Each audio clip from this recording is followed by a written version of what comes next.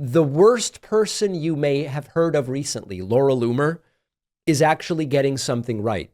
I'm going to play a video of what Laura Loomer had to say about this growing tension between the technocratic billionaire wing of MAGA, Elon Musk and Vivek Ramaswamy, and the pseudo and faux populist wing of the MAGA movement. Here's Laura Loomer, who I find despicable in just about every way, but she happens to stumble across some correct conclusions here. Take a listen. And what we need to have a conversation about is what is it going to mean for the future of our country, our national security, and the incoming Trump administration if we have a bunch of technocrats who are also essentially welfare queens because their companies are receiving government subsidies and they want to take over our defense industry. If you have a bunch of tech bros with billions of dollars and direct unfettered access to the vice president and the president of the United States, and then they are also, very cordial with our adversaries, as in China and Iran. We see that Elon Musk is having these meetings off the books with Iranian officials, with Chinese officials. What does that mean for us and the future of our constitutional republic? Okay, hang on. Yeah, okay, hang over a second. I want to go back because I missed. She's, to a great degree, right about her analysis. Now, it's not for the right reasons.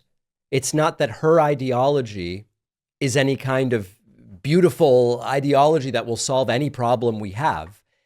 Aaron Rupar wrote a great piece about this called "Trumpers Discover a Type of Bigotry They Oppose Against Themselves." The disagreement within MAGA here really highlights the incoherence of racism and bigotry as ideologies. Racists inevitably argue, xenophobes inevitably argue about who should be excluded or included. It's a fundamentally exclusive ideology. It's just a matter of whether you draw the line. It's sort of like old debates as to whether are the Irish white Europeans, are the Italians white Europeans? And when they are, they then become part of the group deciding who else are we going to exclude. This reveals how arbitrary their beliefs are to a great degree. For example, should we be racist against American minorities we perceive to be getting a leg up due to affirmative action because we want to support American whites? Or should we be racist against foreign minorities because we want to support Americans? Or should we be nationalistic against any foreigners because we want to support? The point here is it's a question of where they draw the line on a lot of this stuff. And it exposes the complete intractability of such ideologies. Now, depending on your views, if you are economically, for example, a socialist, you might say none of this stuff matters. It's only about economic class. I'm not a class reductionist, but I'm telling you, there are those who say none of these other sort of identity-based questions really matter. It's a debate for a different day. But the point here is that there is a disagreement now among those whose ideology is one of who's in and who's out as to who gets to be on which side of that line. And it seems to be destined to implode. Tomorrow, January 1st, we will be doing a one-day membership special to kick off 2025. If you'd like to be notified about it, email info@davidpakman.com. Say, hey, please let me know about that special tomorrow. We'll add you to the list and let you know. Quick break and back after this.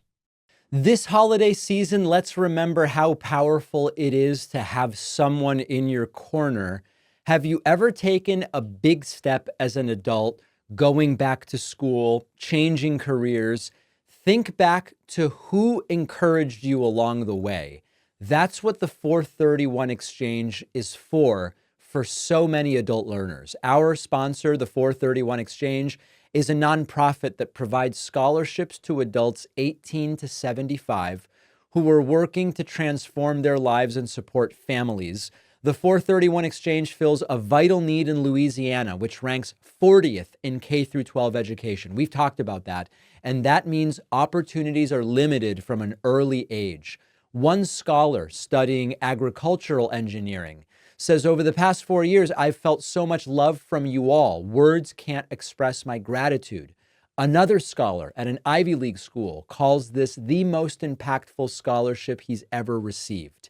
Inspired by 431 women who integrated secretarial offices in the 1960s, the 431 Exchange allocates 80 cents of every dollar directly to scholarships. They're a 501c3, so donations are tax deductible.